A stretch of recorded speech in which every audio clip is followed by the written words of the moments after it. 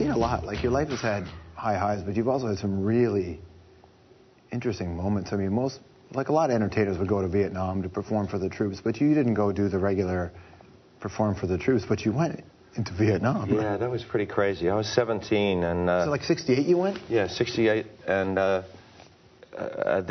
they were recruiting. I was in Australia. They were recruiting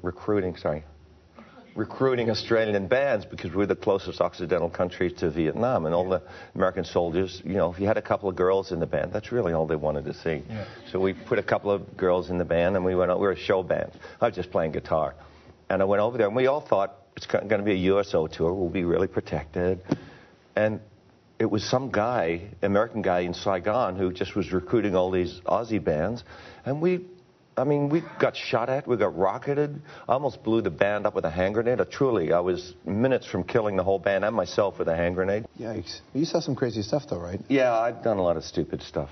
I'm very lucky to be alive. But, some people do it and learn from it, and others don't. Yeah, I haven't. No? No, I have. I astound myself sometimes with my stupidity. Is it true, though, that when you were in Vietnam that you actually at some point, I read this, that you were feeding mortar shells, like there was an attack and you were part of that? Yeah. I mean, because it's one thing to be in that action, but you know that there are people on the other end of that. Yeah. What was the result? The mortar, we stayed over, we befriended this Navy encampment on a beach. They had an encampment on a beach outside Da Nang. And they said, why don't you guys stay, the night, and we'll set you up in bunkers and give you guns and stuff. I mean, this is 1968, and completely unpolitically correct. And I went to the Radio Shack and saw a helicopter get shot down, and see tracers. They got attacked, right? Small encampment. We could have easily got overrun.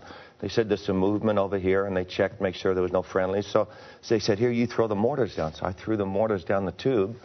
And the next morning, the soldiers came running into our villa and said, you got one. And it's still hard for me to process that. You got one. You killed somebody? I killed somebody. Okay, so tell me about this. So what was your reaction the moment you heard that?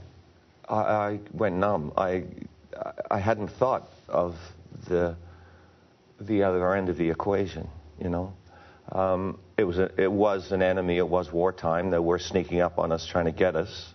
But, I wasn't in the Army. I wasn't meant to be there. And it's still, it's something that I can't really, still haven't fully processed.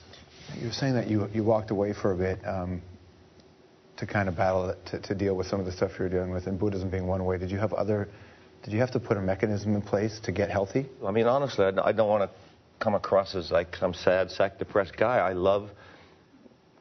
A lot of the time, I love my life. I was going to, and I love the people that I'm connected to, and I love my family, and I love what I do. I'm passionate about performing, and being on stage is really that, and meditating and hugging a dog are the only 3 times I am absolutely sure I will never get a depressed moment. So if I could go from dog hugging to meditation to being on stage, I'd be good.